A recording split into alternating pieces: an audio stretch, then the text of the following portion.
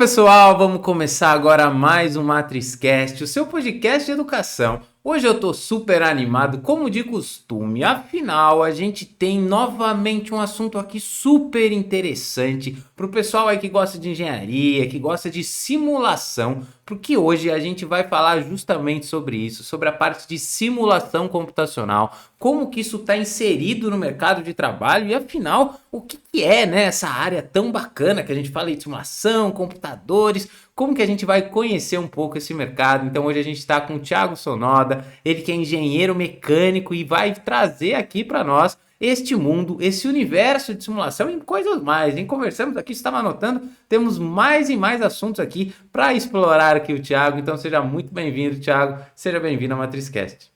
Muito obrigado, Fábio, pelo convite, para mim é um privilégio estar aqui. Eu confesso que quando você mandou mensagem eu não conhecia, eu fui conhecer o seu trabalho e devo dizer parabéns, porque olha, é muito bacana o podcast, muito bacana a forma como você conduz. Então eu estou muito empolgado por aqui, espero que a gente possa ter um bate-papo bem recheado, aí, rico de conhecimento. Show de bola, Thiago. Muito obrigado aí pelas palavras, né? A gente sempre tenta trazer aqui, Thiago, uma forma de mostrar o mercado de trabalho para pessoas ou que estão na escolha, né, da sua profissão, que a gente sabe que hoje em dia são tantas opções, né, coisas que talvez vão se criando ainda durante os anos, e também pessoas que às vezes estão em transição de carreira, que querem mudar um pouco, né, que querem entender, não estão satisfeitas de repente com as suas escolhas, querem mudar, o que é super natural. O que a gente mais tem aqui, Thiago, é pessoas que têm carreiras não lineares, né, aquelas que vão para um lado, voltam para o outro, tá tudo certo, né, um pouco dessa tranquilidade que a gente passa.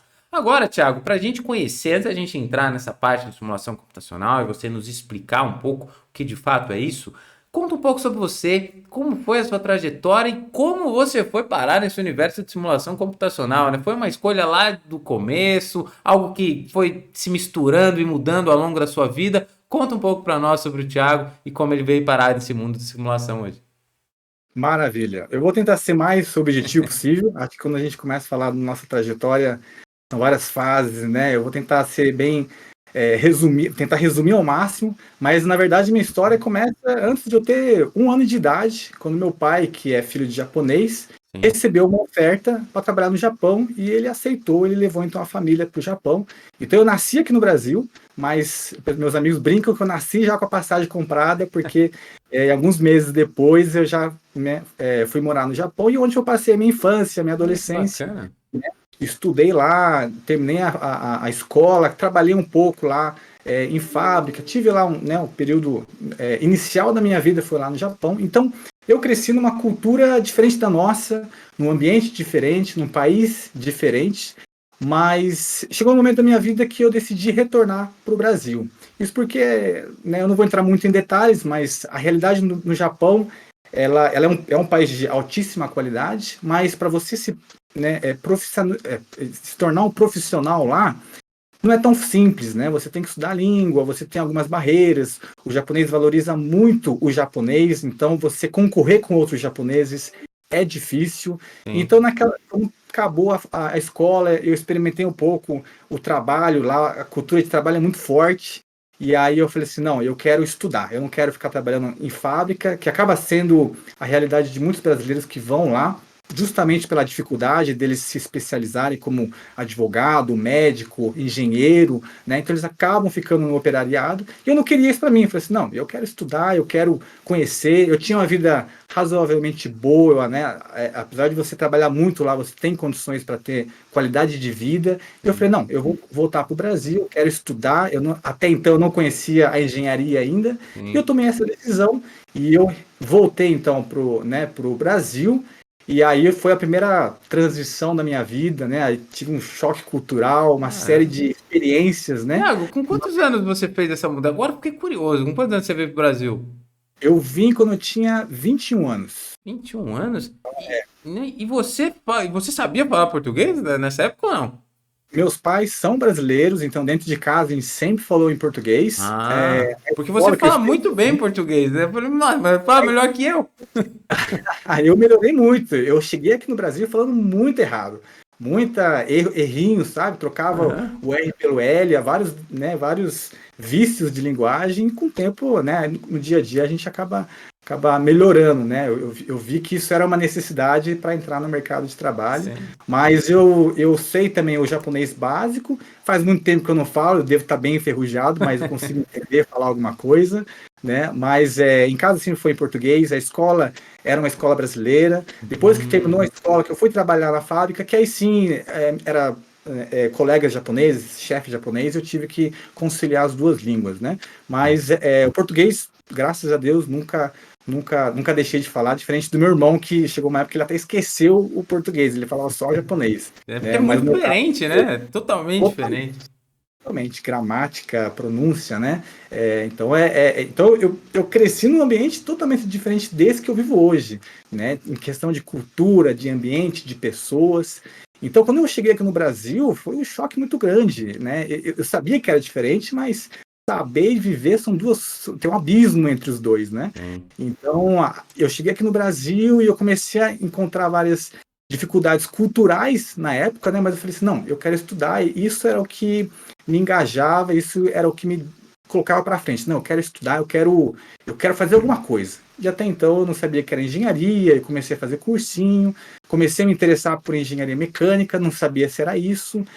No final das contas, consegui uma bolsa na FEI, e aquilo foi o ápice da minha vida. Eu falei assim, nossa, eu tenho que agarrar isso aqui e não posso largar de jeito nenhum. Então eu entrei na faculdade e comecei a estudar com todas as minhas garras, longe da família, longe, né, do ambiente natural meu.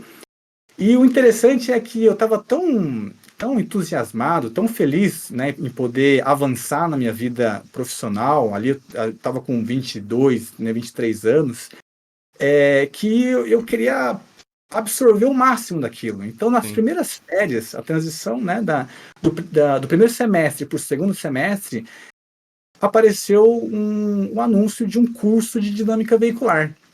E aquilo encantou os meus olhos. Assim, caramba, dinâmica veicular. E nesse momento eu já estava, né, entendendo que engenharia era o que eu queria, que eu acertei, graças a Deus, eu consegui acertar de primeira. Nem todos têm esse privilégio, né? Sim, verdade. E eu sabia que na minha grade, na grade de engenharia mecânica, eu teria dinâmica veicular, essa disciplina, mas lá na frente, 11º semestre, eu fiz o noturno, que são 6 anos. E eu falei assim, não, mas eu quero fazer, eu quero aprender. E fui lá e comprei, peguei lá um pouquinho do dinheiro que eu tinha, comprei o curso, fiz 3 dias, 3 sábados, e aquilo me encantou, porque o professor falava um monte de conceito que eu não estudei ainda, que eu não tinha estudado ainda, né? Ele me Uhum. falou, eu não entendi nada, mas eu consegui ver a aplicação, né? Como você pode matematicamente calcular se um carro vai tombar, se ele vai escorregar, se ele vai ter um comportamento assim, um assado, e aquilo foi maravilhoso para mim.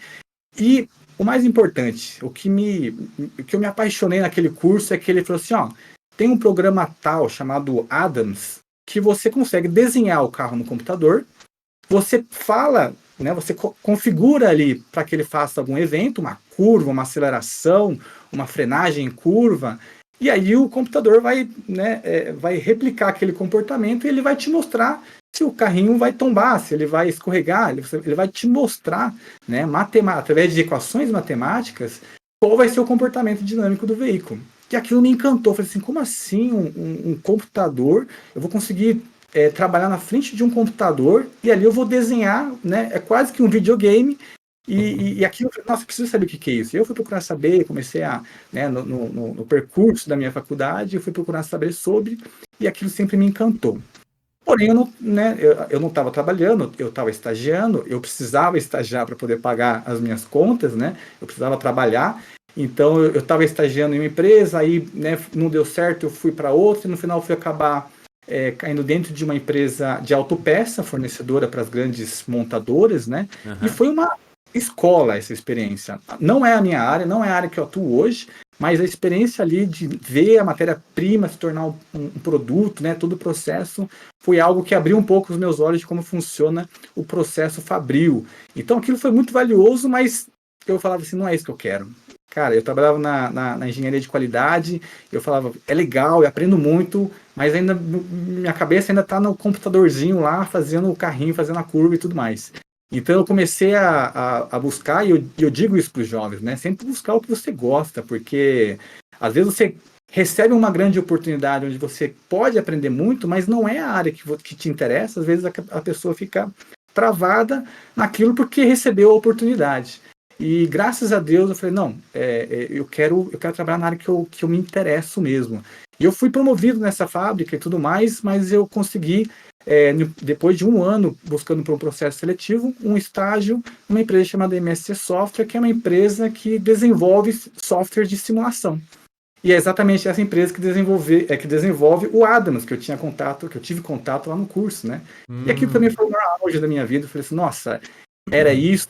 E aí, aplicando ele, eu vi que realmente era isso que eu queria, me apaixonei, me aprofundei. Hoje já tenho quase 7 anos e meio aí de carreira trabalhando em simulação. E é algo que eu gosto demais. Tem muitos desafios, mas é algo que eu falo que ainda é pequeno no Brasil, mas vai crescer muito, que é uma tecnologia que revoluciona a engenharia das empresas aí. Muito bacana. Eu nunca. Ô, Thiago, eu nem imaginava toda essa sua trajetória. Eu já comecei chocado quando você falou que já foi pro Japão tão cedo assim e ficou tanto tempo lá. Porque no começo eu tava falando, não, ele deve ter ficado uns 2, 3 aninhos, voltou. Mas você volta com 21, né? É justamente realmente um baque, um choque cultural muito grande. Né? E você falou pontos aqui importantes, né? Como a parte, né, de tentar, você queria estudar, isso é uma ótima característica, já é um ótimo começo, né? Essa fome de aprender. Eu tenho pessoas que eu conheço, às vezes eu olho e falo, nossa, esse cara aqui daqui a um tempinho ele vai estar voando, mas porque a fome dele de aprender é tão grande que ninguém vai segurar, né? Eu acho que isso parte já de um começo que as pessoas têm que ter, as pessoas têm que ter vontade. Eu acho que vontade é o primeiro ponto para você conseguir qualquer coisa na sua vida, né? Se você não tem vontade, não se esforça, né? Para qualquer um que esteja ouvindo, né? Seja ele um estudante tentando decidir seu futuro, uma pessoa querendo mudar de carreira, a vontade é sempre o primeiro ponto, né? Você vai precisar dela para se mover. Agora, quando você diz, né, das questões de fez as escolhas, uma parte muito bacana, você falou aqui que eu até grifei, que agora eu tô melhorando. Antes era só uma caneta, agora tem um grifa-texto, porque tem coisas que eu dou highlights aqui. E aí você falou sobre a experiência prática, né, ser muito valiosa, né, quando você vai para uma experiência lá, numa parte lá da fábrica, da peça, da montagem, e aquilo, por mais que não fosse o que você quer, né, naquele momento, foi uma experiência que te ajuda, né? E essa parte, eu vou entrar, e eu quero muito entrar nessa parte simulação versus realidade, mas assim, com certeza as experiências práticas vão fazer que você seja uma pessoa que consiga simular melhor, né? O entendimento do que você está fazendo na prática vai te fazer um melhor engenheiro de simulação ou qualquer coisa que você queira simular. Você precisa entender como ela funciona. Agora, antes da gente ir para esse ponto, eu fiquei muito curioso mesmo com a questão que você foi para o Japão. E eu quero fazer uma pergunta sobre isso. Porque você Opa. diz sobre o choque de culturas, né? A gente sabe que é diferente. Uma vez eu fui fazer uma viagem com a minha mulher para a Europa e a gente tinha várias pessoas de diversas nacionalidades lá. E é totalmente diferente. Você começa pelas diferenças que a gente foi tomar um café da manhã, tinha feijão no café da manhã. Eu falei, o que é isso? Feijão, salada. Eu não estava entendendo nada, mas assim, são culturas realmente diferentes. Você vê assim, pô, você vê um pessoal mais organizado, você sabe que o brasileiro não é. Né, o que vai em turminha, tranquilo, quietinho, ele no brasileiro pode ser tudo, mas não é brasileiro. Mas assim, tem muito dessa diferença. E acredito, né, que a gente sempre absorve algo de bom nas experiências de vida que a gente teve. Pelo menos a gente deveria ter isso. E você teve uma baita experiência na cultura do Japão, que para mim eles têm ótimas culturas, ótimos hábitos, pelo menos que a gente vê em muitas partes. Deve ter defeitos também, mas assim, o que você, Thiago, absorve dessa sua experiência que você traz hoje com você e que te faz uma pessoa melhor? Sei lá, seja disciplina, seja uma resiliência, seja uma forma que você tem, uma característica como profissional hoje em dia, que você fala, olha, isso aqui para mim hoje é importante, é uma característica que eu tenho e eu aprendi um pouco quando eu estava nessa minha experiência, nesses tantos tempos, na verdade, não é nem experiência, né? Essa só grande parte da vida que você trouxe lá da cultura japonesa. Olha, a sensação que eu tenho é que eu era um pontinho preto no branco, e quando eu vim para o Brasil, eu me tornei um pontinho branco no papel preto, porque a diferença cultural entre a brasileira e a japonesa é enorme. A cultura japonesa ela é única. Eu sempre costumo falar que se você quiser viajar para algum lugar bonito, cara, vai para a Suíça, vai para a Europa, mas se você quiser ter uma experiência única, cultural, cara, vai para o Japão, porque você só vai encontrar isso, creio eu não viajei o mundo inteiro para poder poder falar isso, mas eu falo, cara, a experiência cultural vai ser única, sabe? Eu retornei algumas vezes para visitar meus pais ainda moram lá, e quando eu retornei, e a primeira coisa que eu me deparo quando eu saio do aeroporto é um guardinha simpático, gordinho, já recebendo, eles te recebem assim, né, abaixando a cabeça, tipo, seja bem-vindo. Os policiais são muito educados, as pessoas são muito educadas lá, né? E quando eu vejo aquilo, eu falo assim, nossa, eu tô no Japão, eu mudei totalmente, realmente é outro mundo, porque a cultura é totalmente diferente. E o que que eu posso, o que que né, eu pude, então, eu tive o privilégio de viver lá e trazer isso como aprendizado. Claro, o japonês, ele é muito disciplinado, ele é muito organizado, até demais, eu diria, né? Você comentou, tem uns pontos ruins também, e realmente tem alguns pontos ruins. Eu até diria que talvez um deles é que eles são bem quadradinho mesmo, né? Sabe, eles foram destinados a fazer uma tarefa, eles vão fazer fielmente aquilo, sem raciocinar um pouco fora daquela caixa, né? E o brasileiro não, o brasileiro já é mais versátil, ele já é mais crítico, né? Poxa, eu vou fazer isso, mas eu não poderia fazer aquilo também? O japonês já não tem essa cabeça. Então tem um equilíbrio sempre é o ideal. Mas o que eu posso trazer na minha vida, o que eu posso dizer que acho que foi benéfico, que eu trouxe lá do Japão, é que, como eu comentei, a realidade do brasileiro lá nem sempre é o que todo mundo imagina. A cultura de trabalho é muito forte. Então eles trabalham muito. Não, eles não trabalham porque eles querem ganhar dinheiro. Eles trabalham porque é cultura. Eles aprenderam dessa forma. Eles seguem esse padrão, né, cultural. Então eu, quando comecei a trabalhar em chão de fábrica, na operação da fábrica, era 12 horas por dia, de segunda a sábado. E não era opcional, né? Não era assim, você tem horário comercial, se você quiser fazer hora extra, você faz. Não, tem serviço, você tem que fazer. Não de uma forma imposta, mas porque isso é cultural. Como todo mundo já faz, então os estrangeiros que estão lá acabam sendo submetidos a esse mesmo ambiente. Então, a gente trabalhava muito lá. E Já a não quero ir rotina. pro Japão mais, pode falar. Pois é. Pois é, tem né, os prós e os contras. Mas isso me deu uma vantagem, isso me deu um aprendizado, porque eu trabalhava muito e o meu serviço era extremamente repetitivo. Eu fazia uma montagem de uma peça que era a saia lateral do Prius, né, eu trabalhava numa fábrica que fornecia para a Toyota, e eu fazia a montagem de uns pininhos, colocava lá umas borrachinhas, e eu repetia esse processo durante 12 horas, né? Cada montagem acho que era 30 segundos mais ou menos. Então eu ficava repetindo isso durante 12 horas. Então é extremamente cansativo. Foi por isso que eu decidi não ficar lá. Mas tinha dia que chegava que já estava, né, 8, 10 horas fazendo aquilo. Eu falava assim, nossa, eu não aguento mais, eu quero ir embora, né? Mas você está lá, você precisa trabalhar, você precisa cumprir com que, né, o que você prometeu, que você vai cumprir com esse cargo. Então eu vou continuar e eu comecei a entender que eu conseguia ultrapassar os meus limites. Isso, poxa, trabalhar 12 horas é bom, é ruim, mas me ensinou a ser consistente. E isso é uma coisa que eu prego a todo momento, toda mensagem eu costumo falar, que as pessoas podem ser intensas, isso é bom, poxa, eu quero estudar, eu quero fazer, isso é muito bom, mas o que faz a pessoa chegar no sucesso não é somente a intensidade, mas é a consistência, você conseguir fazer, ainda que pouco, mas todos os dias. E eu aprendi isso no Japão. Por mais que era chato, era difícil, era custoso, mas eu aprendi a persistir. Não, é 12 horas que eu vou trabalhar, então eu vou me preparar para fazer esse processo, vou repetir isso às 12 horas.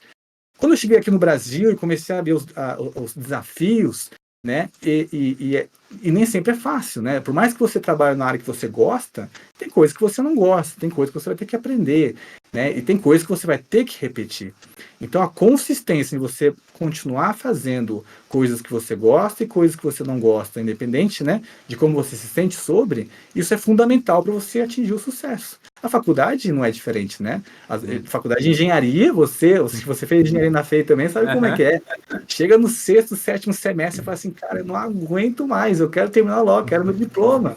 Mas você aprende a ser consistente, a ser resiliente. Então, acho que o maior aprendizado que eu posso tirar da minha vivência lá no Japão é você ser disciplinado e consistente. Muito bom, adorei essa sua parte em falar isso, essa sua experiência, né? O que que você aprendeu. Eu até anotei, que eu vou te falar o jeito que eu anotei aqui. Experiência no Japão deu, abre aspas, casca para ele. Por que que eu tô dizendo isso? Porque é muito parecido, Thiago, com o que você foi falando, como eu vivi também.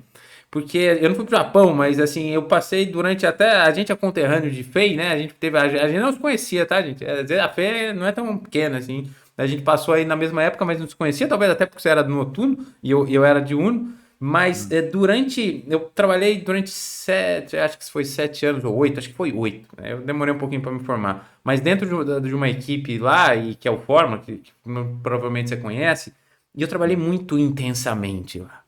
Né? Foi uma época da minha vida que eu não voltava para minha casa. E de verdade, eu dormia na FEI quase todos os dias, dentro do galpão. Quase todos os dias, sem nenhum exagero. Nenhum exagero. Eu tinha um banquinho de corsa, um cobertorzinho que eu dormia lá, tomava banho na FEI mesmo, e era um trabalho muito intenso e muitas das vezes muito maior, até que 12 horas por dia, né? Porque era o tempo todo. E aquilo, obviamente, que eu não quero isso para mim hoje, nem acho saudável, nem acho certo, mas aquilo me deu casca. Essa é a resposta que eu tenho hoje pra mim. Aquilo me deu uma casca mesmo, de aguentar as coisas de uma maneira diferente. A minha percepção de esforço, disciplina e força de vontade, ela é diferente da maioria das pessoas, né? E eu falo isso por percepção de vida, né? Quando eu tô com alguém, a gente tem uma coisa para fazer, a intensidade que eu me entrego e a força de vontade, e a consistência que você falou ali de fazer, de continuar. E assim, cara, eu vou terminar isso aqui. Pô, tá difícil, mas eu já passei por coisa muito pior. Não, pô, eu já passei um mês sem dormir direito. O que que é 2 dias? Então isso dá casca e me ajuda em muito no que eu faço hoje. Né? Eu acredito que existam momentos ou fases da nossa vida que a gente está criando essa casca. Né? A gente nunca vai estar numa zona de conforto, de fato, mas tem momentos mais difíceis, tem momentos que nos ensinam, e é por isso que eu te perguntei qual foi a experiência no Japão. Porque você tem que ser saído de lá com alguma experiência boa, você tem que ter uma diferença, né? Você teve uma oportunidade de vida, que para mim é uma oportunidade que poucas pessoas têm, que é viver tanto tempo numa cultura que a gente sabe que é um país mais desenvolvido que o Brasil. Né, economicamente falando, né, e tem algumas diferenças que não sejam vantagens, mas sejam diferenças que você tem que absorver. A gente tem que absorver sempre, por mais que não seja o que a gente quer no momento, ou pô, eu tô num lugar que eu não quero, odeio o Japão, se você odiar o Japão, mas cara, você tem que sair de lá com alguma coisa de bom. Né? Na nossa vida a gente tem experiências que a gente precisa sempre aprender e absorver com elas.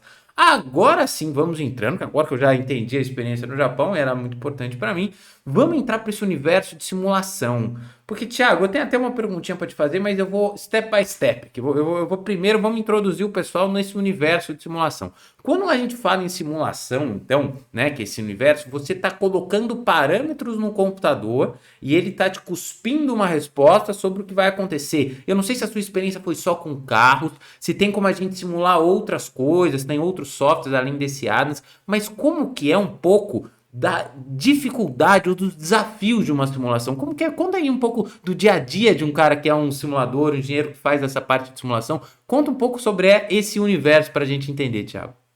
Legal, vamos lá. Bom, só um complemento ao que você comentou da sua experiência. Obrigado pelo complemento, porque às vezes a pessoa fala, poxa, eu não fui no Japão, então eu não tive essa oportunidade. Mas não, Sim, você sim, pode também criar essa casca no ambiente que você estiver, né? Isso é sim. muito bom. Bom, falando sobre simulação, cara, a primeira vez que eu olhei aquilo, na primeira vez que eu vi o carrinho ali no computador, eu falei, cara, isso é mágica, né? Porque como que o computador vai ser capaz de replicar as físicas do mundo real no computador? E essa é a beleza da engenharia. Quando você estuda engenharia, basicamente você está estudando a física aplicada, né? A gente estuda a física básica lá no colégio, né? E no ciclo básico, que é o início da faculdade de engenharia, a gente também aprofunda mais alguns conceitos básicos e é fundamental o engenheiro entender a física, porque o engenheiro nada mais é do que um aplicador da física usando técnicas matemáticas, né? Sim. E quando você vai estudar engenharia, você se depara ali em disciplinas de engenharia, você vai aprender conceitos de física, né? E aí você começa a ver equacionamento matemático que vai dizer se uma estrutura vai quebrar, se uma viguinha vai quebrar ou não, vai depender do material, da espessura, e aí tem uma equação matemática que vai conseguir te falar se ela vai quebrar ou não, se ela vai entortar, se ela vai ter algum defeito, e o engenheiro é alguém que gosta disso, de conseguir pegar o comportamento de algum produto e tentar predizer o que vai acontecer, se vai quebrar, se vai fazer curva, se não. E o computador nada mais é do que essa aplicação de uma forma robusta. Porque na faculdade a gente aprende viguinha, a gente aprende placazinha, né? Coisa que na vida real não existe. Na vida real você tem um carro, você tem um avião, né? E aí essas simplificações já não são válidas. Então, se torna necessário, então, um poder de um processador computacional para conseguir aplicar essas equaçõezinhas mais simples em geometrias, em conjuntos mais complexos. E basicamente é isso que o computador faz. Ele está pegando a equação que descreve a física, a equação matemática, e está aplicando essa equação matemática num conjunto mais complexo. Só que como você tem um poder computacional que pode fazer zilhões de contas por segundo, você consegue fazer isso de uma forma mais robusta, né? Então eu consigo ver o comportamento dinâmico de um carro considerando toda a complexidade do chassi, da suspensão, da transmissão, todos os subconjuntos do carro.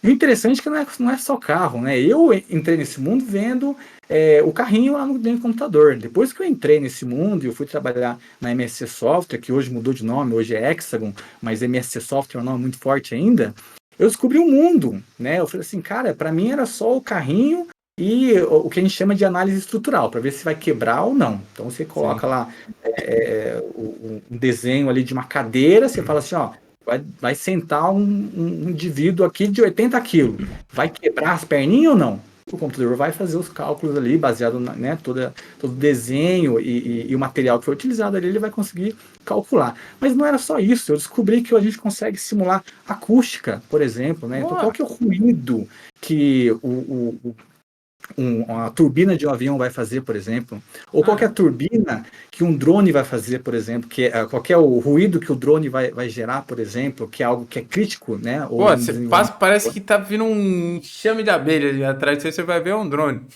Exatamente. Ar-condicionado de carro.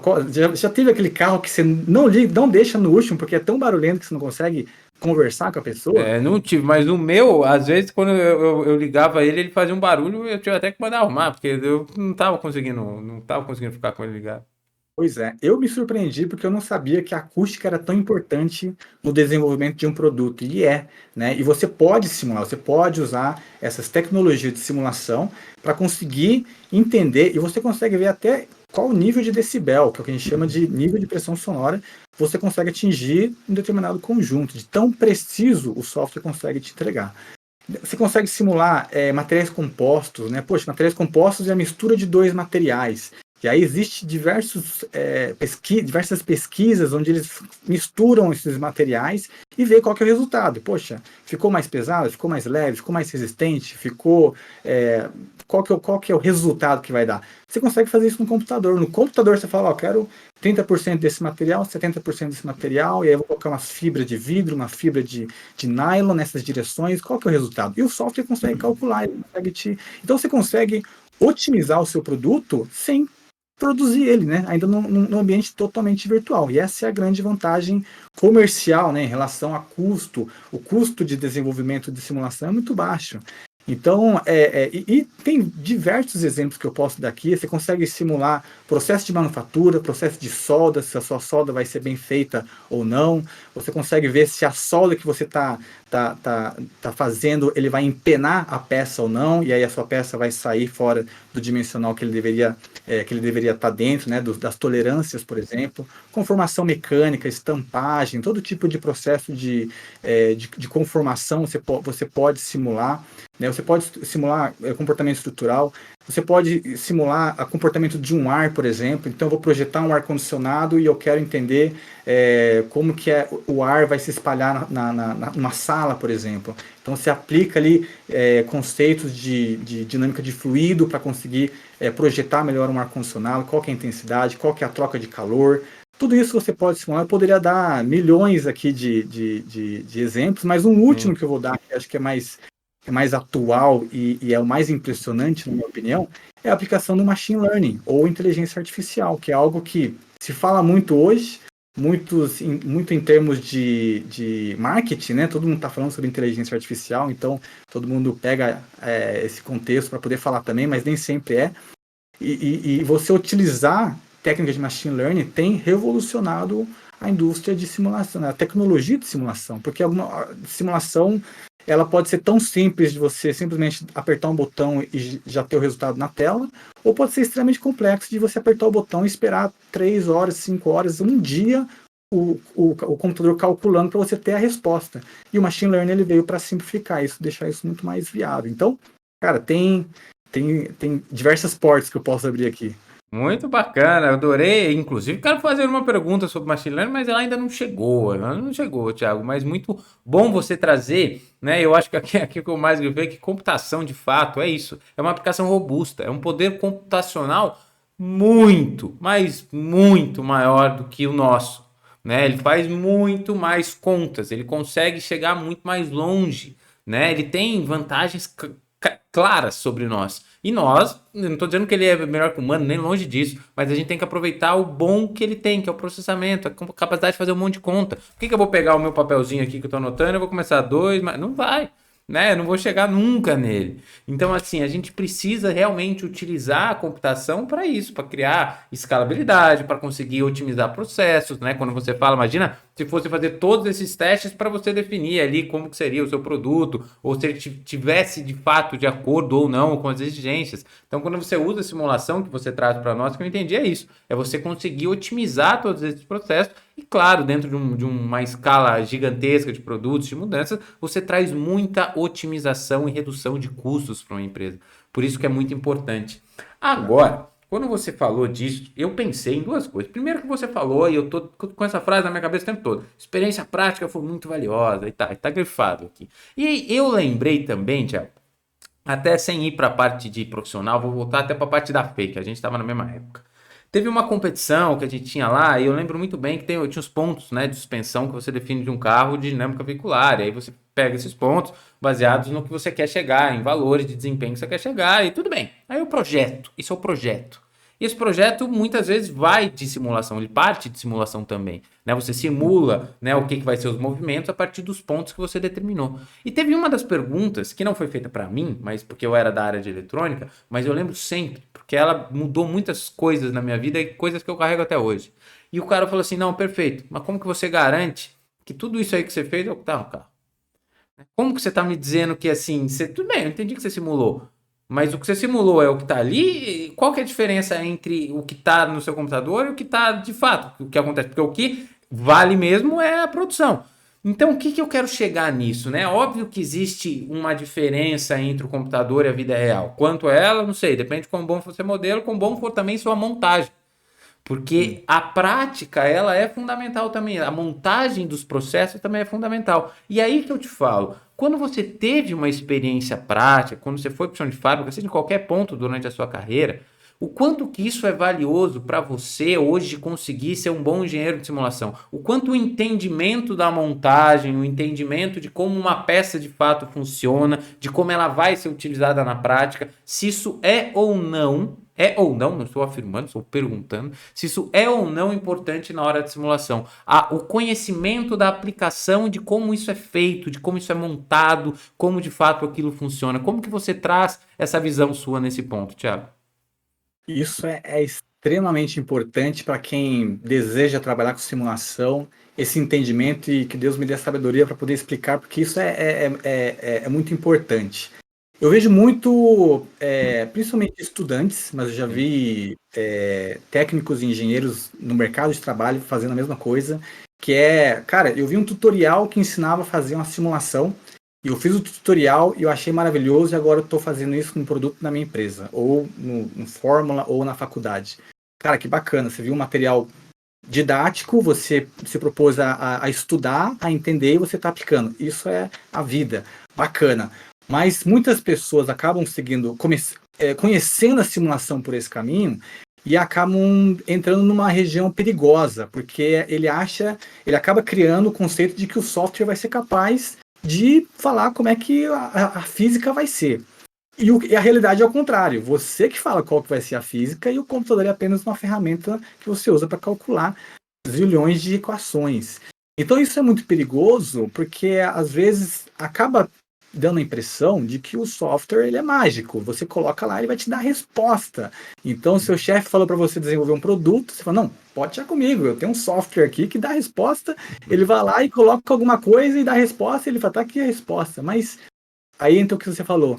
Quanto que a gente vai saber que o que o computador tá gerando, tá cuspindo, talvez não seja até uma palavra meio ruim, mas tá cuspindo Dá para entender, é dados isso aí ali. mesmo.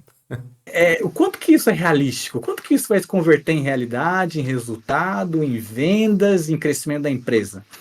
Isso é muito crítico, porque isso depende muito de quem está operando o software. Isso depende muito da qualidade do modelo que você está resolvendo. E aí começa a complicar. E aí é onde você começa a funilar e ver quem realmente quer trabalhar nessa área ou não. Porque quando eu estava no chão de fábrica, sujando a bota de graxa, e eu falava, eu quero trabalhar no computador, meus amigos falavam assim, você não quer ser engenheiro de graxa, você quer ser engenheiro de ar-condicionado, né? Quer ser o engenheiro Nutella. E eu falava assim, eu quero ser engenheiro Nutella, quero estar debaixo do ar-condicionado vendo computador. Mas quando você entra nessa área, você vê que não é tão Nutella assim. Por quê? Porque você tem que estudar muito, você tem que entender, você não tem que entender como operar o software, você tem que entender o que o software está calculando, qual que é a física que ele está considerando. Será que o conjunto mecânico que eu estou simulando ali, estou fazendo uma simulação de uma máquina de lavar vibrando, por exemplo. Cara, o que o software está calculando ali? Ele está calculando os modos vibracionais. Espera aí, o que é modo vibracional? Não é só, sei lá, eu só quero saber se vai quebrar ou não. Não, você tem que entender que existe frequências de modos vibracionais e que você tem que projetar o seu modelo para que você fuja de ressonância, de frequências de ressonâncias. Isso tem a ver com modo vibracional, tem a ver com a rigidez, tem a ver com a massa. Então você tem que ter um conhecimento eu não diria nem básico, mas avançado da física que você está simulando.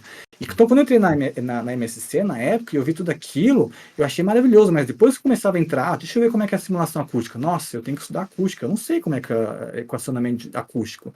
Eu quero simular dinâmica, mas eu não sei qual que é equacionamento dinâmico. Eu quero estudar processo de manufaturas, análise não linear. Extremamente complexo. Putz, eu tenho que estudar muito, então, para entender tudo isso. E é um mundo que, assim, não tem fim. Porque você precisa estudar muito. E não é só a física, mas você precisa estudar métodos computacionais. Porque como que o computador está calculando? Ele está usando técnicas numéricas para conseguir fazer esse cálculo. E aí entra lá no ciclo básico da faculdade, que eu fiz um monte de matéria que eu falei assim, cara, para que eu vou usar isso? Um monte de cálculo. Eu tenho que pegar a calculadora. Eu lembro que eu tinha fazer um tal de Newton-Raphson, que eu tinha que ficar apertando igual, até ele convergir. Eu falei assim, que é isso, cara? E hoje eu trabalho com isso. Hoje eu vejo o software fazendo isso. Eu vejo a importância disso, né?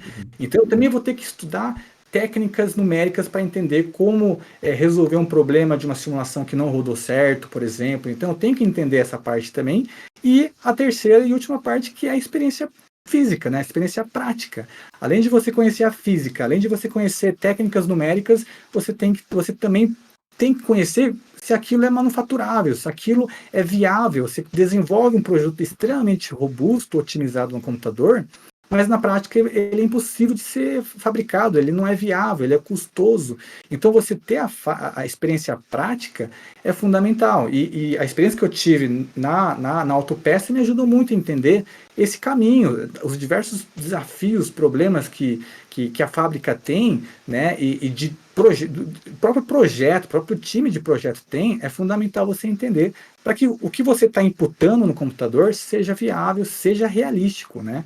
Então, isso traz ao meu segundo ponto, rapidamente, que trabalhar com simulação é bacana, parece um videogame, brilha olhos de muitas pessoas, mas a realidade é que, às vezes, o engenheiro ele acaba, na verdade, é uma realidade um pouco solitária, porque é difícil você provar para uma pessoa ou expressar toda essa bagagem de conhecimento que você teve que adquirir para conseguir trabalhar de uma forma sênior nessa área. Sim. E poucas pessoas conseguem entender isso. E às vezes até, não é a minha realidade, mas eu vejo a realidade de alguns clientes que o chefe não consegue reconhecer o engenheiro, porque o chefe não consegue entender a dimensão que aquele engenheiro teve que estudar, se profissionalizar para conseguir fazer aquilo, né? E é triste você estudar esse ponto e não conseguir ser reconhecido, né? Graças a Deus, eu trabalho numa empresa que valoriza esse conhecimento. Eu tenho um chefe que valoriza muito o meu trabalho, mas eu vejo outras realidades que às vezes não é triste. Então, às vezes, no começo, quando eu vi o carrinho no computador, brilhou meus olhos. Mas em alguns momentos eu falei assim, caramba, como é que eu vou provar? Como é que eu vou explicar que eu tive que passar por toda essa trajetória para chegar até aqui? Às vezes não é tão fácil, né? Então esse é um dos grandes desafios que eu vejo nessa parte de simulação.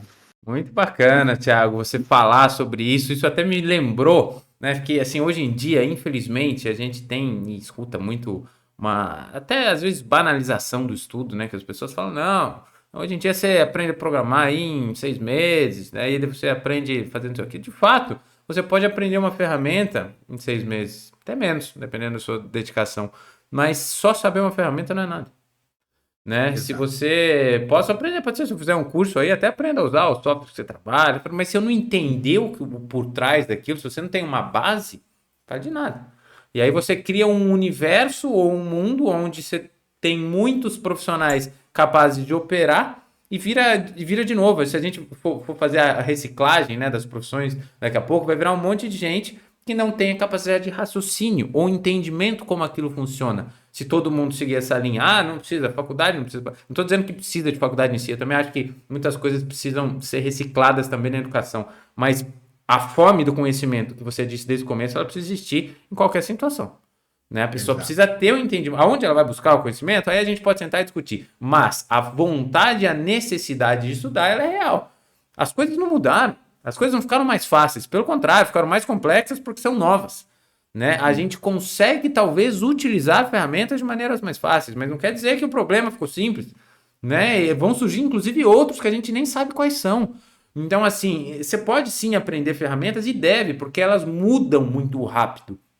Né? O próprio software que você deve estar desenvolvendo, com certeza ele vai mudando muito rapidamente.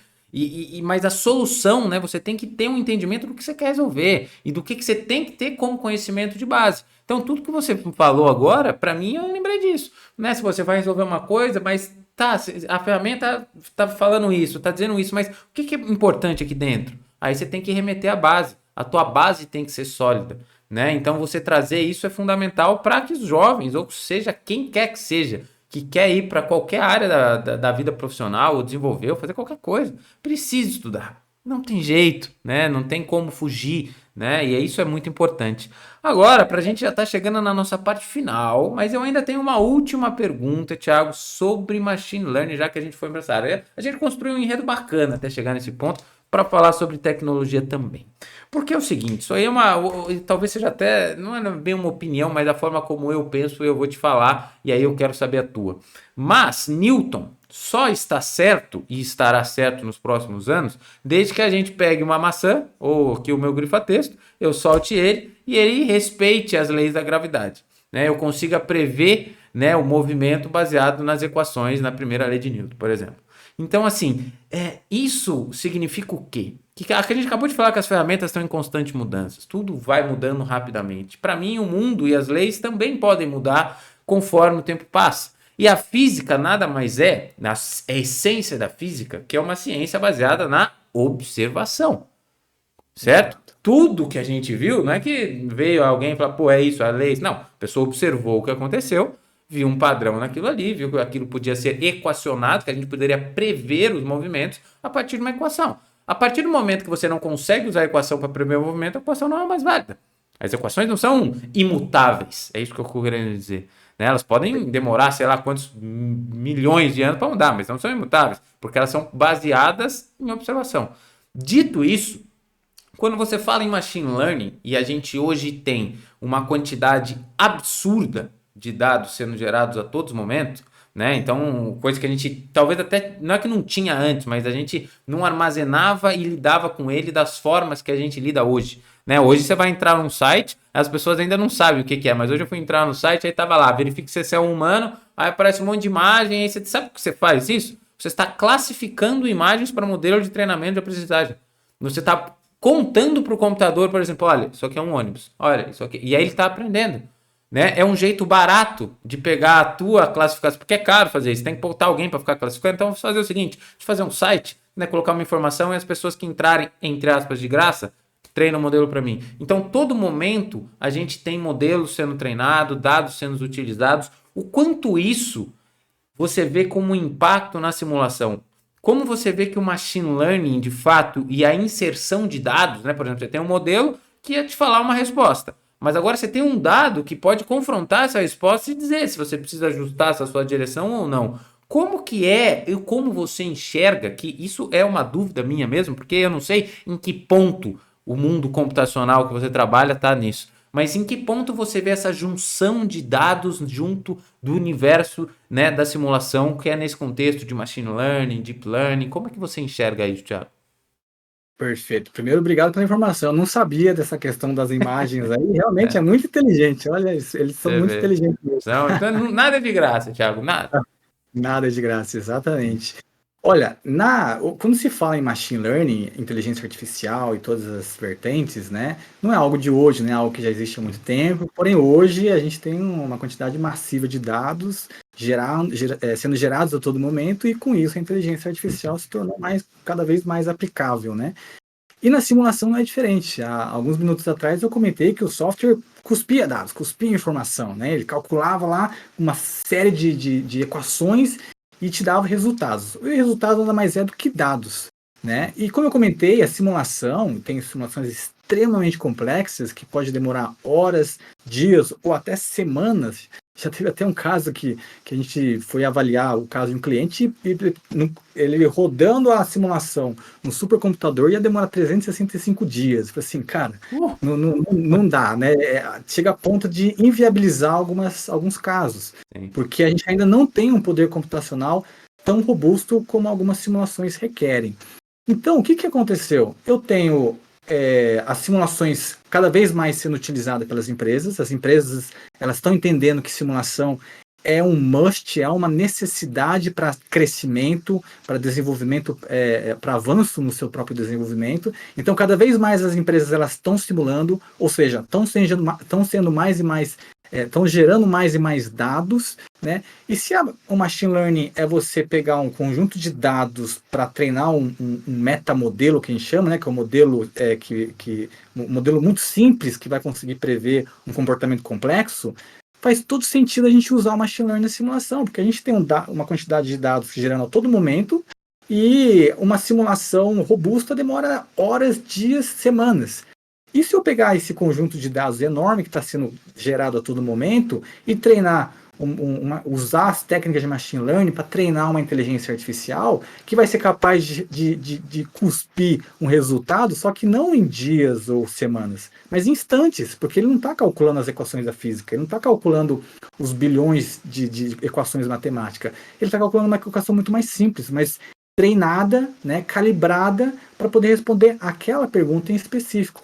E aí surge então essa aplicação e tem crescido muito rápido, muitas empresas já estão usando essa aplicação e tem um cuidado, do mesmo jeito que a gente comentou aqui sobre a necessidade de você entender o que você está calculando, da mesma forma você tem que entender se a quantidade de dados que eu usei para treinar, ele é o suficiente, o processo de validação, para validar se aquela inteligência artificial está prevendo de forma correta, ela também é o suficiente. Estudar quais parâmetros que eu quero variar, né, para você criar essa base de dados é o suficiente? Tudo isso são incógnitas que vai depender de caso a caso. Então não é simplesmente você pegar os dados que você tem disponível, treinar uma inteligência artificial e ele vai conseguir te dar resultados instantâneos. Sim. Na teoria é isso, mas na prática você tem que estudar um pouco, entender como é que funciona isso, mas está crescendo muito essa aplicação e futuramente a gente vai ver muitas simulações em tempo real, que é o que o pessoal fala de os gêmeos digitais, né? É você tá no chão de fábrica, você aperta um botão, você já consegue ver se vai quebrar, se não vai quebrar, se o carrinho vai capotar, se não vai capotar, porque com a utilização da inteligência artificial, você não precisa mais de um poder computacional muito grande e consegue então rodar simulações extremamente complexas em instantes, né? Então isso mudou totalmente a forma como você vê essa tecnologia. Muito bacana, não sabia, gostei muito de aprender e entender sobre a parte de machine learning. Tinha até imaginava coisas um pouco diferentes, mas gostei muito de entender essa parte. E é bacana você trazer, né, de novo, o que, que a gente está falando de novo? Que vamos sumarizar, já que a gente já está no final, mas de novo a gente está pegando computação e otimizando, né? Pegando formas de otimizar processos, né? De formas de conseguir realizar coisas mais rápido, com um processamento maior. Então, assim, muito bom esse poder, né? Que temos através dos computadores e agora com tantos dados e respostas que a todo momento a gente vem juntando, né? Como você disse, machine learning não é de hoje, não é de ontem também, já tem um tempo, né, que ele é desenvolvido e agora a gente consegue, né, ensinar as máquinas, né, aprender com essas respostas justamente para conseguir respostas mais rápidas, né, conseguir resultados mais rápidos, otimizar processos. Como você disse, uma simulação de 1 ano, né, eu acho que quando chegar esse 1 ano ele não vai nem precisar dessa, vai precisar de mais umas 10, e aí não tem mais o que fazer, né, a não ser que os computadores quânticos virem realidade, né, as coisas vão ainda demorar, né, porque tem a chamada lei de Moore, né, que ela está chegando num fim, né, que os computadores, porque existe um limite físico, né, para o silício, né, não dá para você diminuir ele, daqui a pouco não existe, né, então assim, é um limite físico para talvez a tecnologia computacional que exista hoje, talvez, eu não sei te dizer, né, exatamente, mas a gente tem desenvolvimento de outros computadores, como é o ciclo natural, né, e hoje em dia, para mim, quando eu vejo todo esse ciclo, para mim está muito claro, porque os computadores quânticos hoje são máquinas gigantescas, e assim como eram os computadores, né? Hoje em dia a gente tem um laptop, na verdade a gente tem um computador no celular, só que antigamente era um negócio maior que um apartamento, né? Então, assim, é assim mesmo, né? E as tecnologias evoluem. Mas muito bacana, Thiago, você trazer desde a parte que você falou, você foi o primeiro aqui que trouxe diferença cultural, né? Uma pessoa que viveu tanto tempo fora, e você trouxe as partes que te ajudaram nisso, as diferenças culturais, o que você tirou de bom, que a gente trouxe aqui, que a gente sempre tem que trazer algo de bom das experiências que a gente teve, né? Você falou aqui que eu escrevi sobre a casca, né? Uma pessoa que aprendeu a ter disciplina, vontade, né? E o entendimento das tarefas, essa força de vontade que você inclusive traz consigo desde o começo. Porque foi a primeira coisa que você falou que eu pus aqui, ó, quero estudar, quero aprender. Então, assim, isso tem que ter essa vontade, né? Independentemente das formas educacionais que você vai absorver o conhecimento, seja se você tem uma oportunidade com uma universidade ou não, você tem um acesso hoje, ou a maioria das pessoas tem o acesso, isso é mais globalizado ou mais disponível, independentemente das condições financeiras, acesso à informação com a internet. Né? Mais pessoas têm acesso à informação do que pessoas têm condições de fazer faculdade, isso que eu quero dizer. E na acesso à informação com a internet, você tem diversas formas de aprender. Você pode ir atrás e você pode se capacitar. Basta você entender primeiro a necessidade disso, a necessidade do estudo. Porque, como você mesmo disse, para simular, a base que você teve no chão de fábrica te ajudou, todo o conhecimento que você cansou de dizer aí que é complicado, que é avançado, que é bastante coisa, tem que entender a parte de vibração, tem que entender o que está acontecendo por dentro, é muito além do que usar uma ferramenta. Né? A gente pode e deve estudar ferramentas para se inserir no mercado de trabalho, mas o trabalho não acaba aí não. O jogo continua e tem muito chão pela frente. Então, esse aprendizado contínuo é muito bacana você trazer. E agora, junto, né, com essa parte de simulação computacional, eu fiquei super interessado, eu gosto muito disso. Eu acho que isso é super interessante para pessoas também que gostem, e hoje ficou muito mais claro para a gente esse mundo de computação, né, e simulação computacional. Agora, Thiago, acabando o nosso episódio, eu gostaria de deixar aqui um espaço para você dar o último recado para os nossos ouvintes e também divulgar algum trabalho, divulgar onde a gente pode te achar, alguma coisa que você ache bacana para quem gosta e gostou desse episódio, possa se aprofundar mais. O espaço é todo seu, Thiago. Muito obrigado aí. Fico aí na aguardo das suas considerações finais. Bacana, muito obrigado por essa oportunidade, Fábio, por esse momento rico de conhecimento, né? Sim, Eu aprendi muito aqui, com certeza, e acho que é, existe bastante material de simulação hoje disponível, inclusive na própria Hexagon. Eu gosto de postar bastante coisa no LinkedIn também, depois, né, inclusive, se vocês quiserem entrar em contato comigo, acho que no LinkedIn é a melhor forma. Mas eu queria show. deixar um último conselho final aí. Eu lembro que a primeira vez que você me abordou, você falou assim, cara, aqui é onde a gente deixa ideias e conselhos para quem está começando, para quem está na faculdade, para quem está buscando carreira. E tem uma lição que é muito forte para mim, que é inclusive uma frase de um bispo, o bispo Robson Rodovalho. Ele fala o seguinte: o mundo não responde às nossas necessidades ou aos nossos desejos. O mundo responde às sementes que nós plantamos. Isso fez muito sentido para mim, porque uma coisa é claro no mundo que nós vivemos. A lei da semeadura, ela acontece. O que você planta, você colhe, né? E na minha carreira, na minha vida, isso ficou muito claro. Só que a gente acaba enxergando isso de uma forma diferente. Ah, eu sei, o que eu planto eu colho. Se eu plantar coisas ruins, eu vou plantar coisas ruins. Se eu plantar coisas boas, eu vou plantar coisas boas. Mas eu percebi que não era tão simples assim. Né? Eu comecei a observar que meu pai sempre falou para mim, Thiago, se você trabalhar, você vai ser bem sucedido. E eu comecei a ver muita gente que trabalhou muito na vida e não conseguiu ser bem sucedido, né? Teve que viver vidas muito difíceis. Eu comecei a olhar, mas será que é só o trabalho que gera o sucesso? Talvez o trabalho faça parte, tá? Ele é necessário, mas o trabalho acho que não é a semente do sucesso. E eu comecei a entender que quanto mais eu conseguisse observar, e você comentou sobre isso, que a física é isso, é observar a lei da natureza e tentar entender, tentar equacionar. E na vida também é assim, quando você começa a observar o que dá certo, o que está dando certo, o que está dando errado, você começa a entender qual que é a semente que você tem que plantar. Porque a gente conhece o fruto, né? Ah, eu quero ter um carro, eu quero ser rico, eu quero ter a família, mas qual que é a semente que você tem que plantar para você chegar, para você colher esses frutos? Então o mundo ele não responde aos nossos desejos. Sonhar é muito bom. Por eu ser sonhador, eu consegui chegar onde que eu tô hoje. Mas só você olhar para o fruto, às vezes você não consegue chegar nele. Então a mensagem final que eu deixo aqui é que nós possamos entender quais sementes que a gente está jogando hoje. Às vezes a gente não sabe que é uma semente que a gente está jogando hoje vai plantar algo ruim lá na frente. Então entender isso é muito fundamental. E isso a gente vai aprender na experiência da vida, a gente vai aprender com conselhos de grandes profissionais, de pessoas que chegaram onde a gente quer chegar, né? E um lugar que eu encontrei essas sementes, registrado em um livro, eu não quero entrar na parte de religião, mas a Bíblia ela explica muito sobre isso. E talvez você fale, não, mas eu não sou religioso e tal. E a Bíblia sim fala sobre a espiritualidade, ela mostra de onde surgiu o homem, como ele se desconectou com Deus e como reconectou com Deus através de Jesus Cristo. Isso é maravilhoso também, mas tem uma outra parte que a Bíblia fala que às vezes as pessoas não percebem. Ela ensina business, ela ensina relacionamento, ela ensina dicas, conselhos para a nossa vida. Né? E para quem não sabe, a Bíblia ela é composta por vários livros, e tem um deles que chama Provérbios.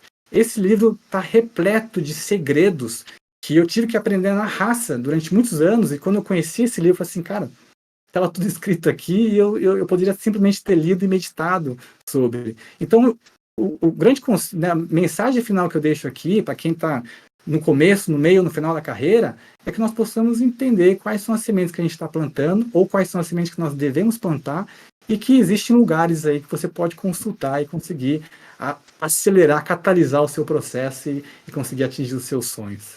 Muito bom, adorei a sua mensagem final, adorei todos os links primeiro que você trouxe aqui, vão estar, né, na descrição, o seu LinkedIn que você disse aí vai estar aqui na descrição desse episódio, e muito bacana você trazer. E Thiago, você sabe que tem uma coisa que até agora eu não entendi qual que é a correlação, mas em muitos episódios tem sempre alguma coisa que eu vejo um pouco antes e ela se conecta com alguma coisa que acontece no episódio, ou alguma coisa que eu conecto que eu vou falar, e enfim. Mas você trazendo exatamente esse conto hoje, sabe que eu li? E eu acho que foi ontem, ou hoje, agora não lembro, mas foi isso que tá na minha cabeça. E você falou isso mesmo na minha cabeça.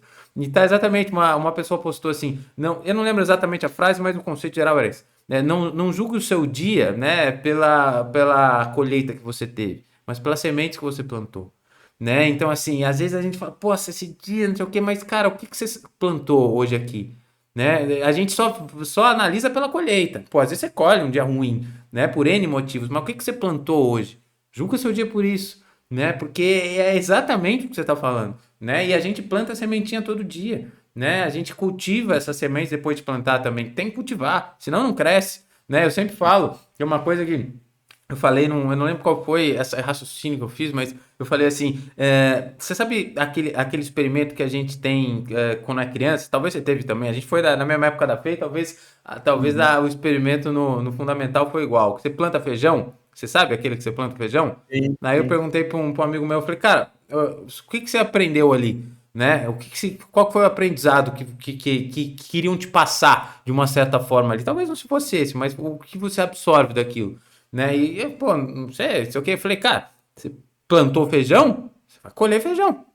Não nasceu um abacate ali, não nasceu um pé de amora, uma bananeira, nasceu um feijão. Você plantou um feijão, você vai colher um feijão. E é exatamente o que você está falando. A gente vai colher o que a gente planta. E a gente tem que ter muito cuidado com isso, né? No que a gente está plantando todos os dias. Então, você trazer isso hoje me fez lembrar do que eu vi agora, me fez lembrar desse raciocínio. Isso é muito bacana e é muito interessante. Todos devem refletir sobre isso, lerem a Bíblia, né? Se forem desejo das pessoas. Também sei que tem muitos insights, muitas coisas valiosas, né? Nossa espiritualidade e a nossa religiosidade, elas são muito importantes na construção, né, de nós como pessoas, que consequentemente será a nossa construção como profissional.